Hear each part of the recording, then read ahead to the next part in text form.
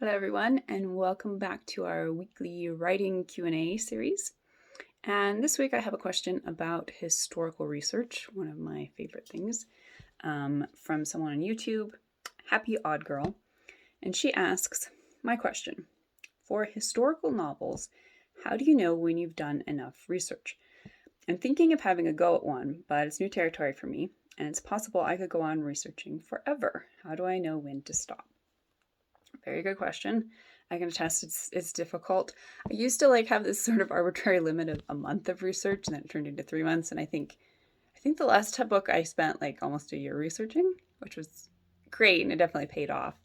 And so I guess the answer first and foremost is it depends on the book, how much you know, how much you don't know, and how involved the historical setting is, and how important it is to get details right.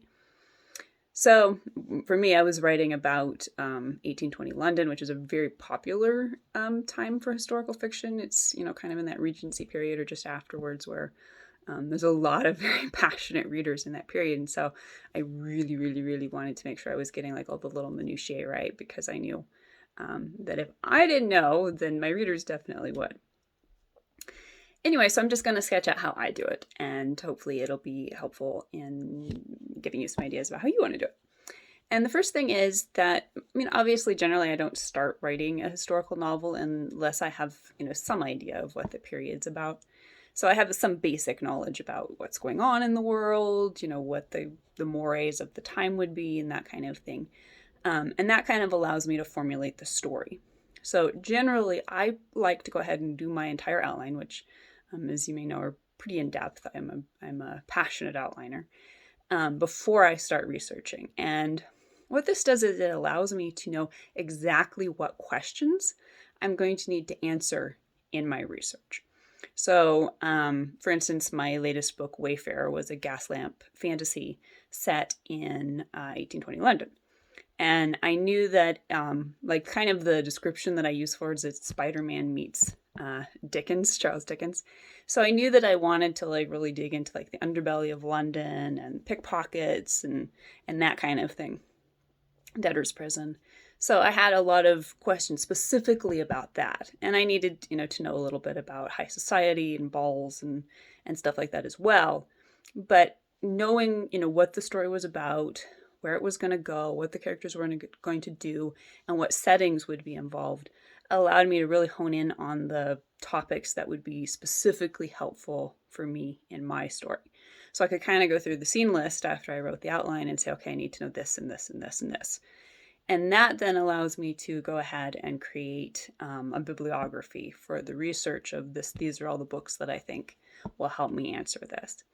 And so I will buy or borrow or whatever, all the resources that I think I need, and pretty much just work my way through it. So depending on how much research I've compiled, that can take a long time.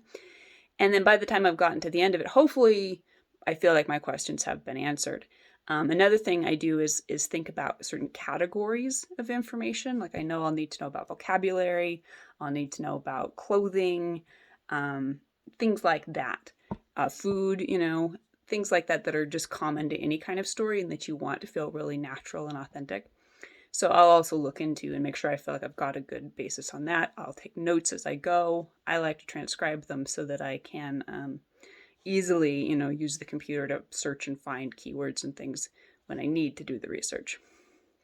And then as I'm writing the first draft, I will each day before I write something, I'll go through and I'll read a little section or a page from my research notes as a refresher.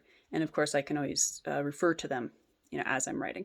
And then inevitably some questions come up that I didn't research, as I'm writing the first draft. And so I'll go back and do a little cleanup research either as I go or afterwards. So basically, my recommendation is know enough about your story that you can create a list of questions or subjects that you need to know about. And if you don't know what story you want to write, then just start reading about the historical period, and you may, until you have enough information about it, that maybe the story emerges for you. So that's my answer. I hope that's helpful. And if you have a question, leave it in the comments on Instagram or Twitter, and I will choose one to answer next time. And in the meantime, happy writing.